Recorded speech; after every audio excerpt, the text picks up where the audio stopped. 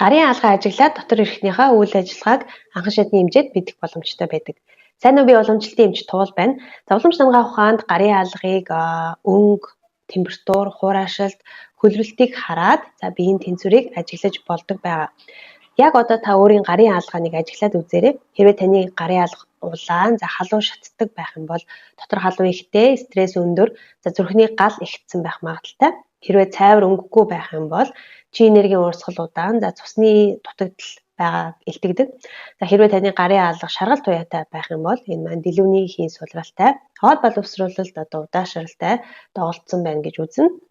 Хэрвээ хураашилттай хагарсан байх юм бол энэ маань бэлэг энергийн сулрал, за тэгээд биеийн дотоод шингэн багассаныг илэрхийлж байдаг. Хэрвээ гарын алга байнга хөлөрдөг, чихтэй явдаг байх юм бол энэ маань дотор чих ихтэй, стресс өндөр, за мэдрэлийн тогтолцооны өндөр ачаалттай байгааг илтгэдэг гэсэн.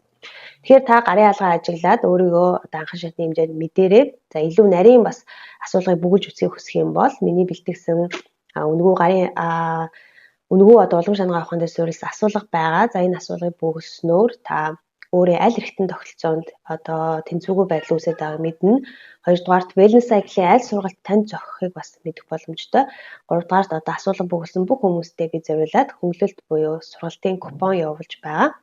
За хэрвээ та энэ үнгүү асуулгын линкийг авахыг хүсэх юм бол доор комментэд тест гэд бичээд үлдээгээрэй. Баярлалаа.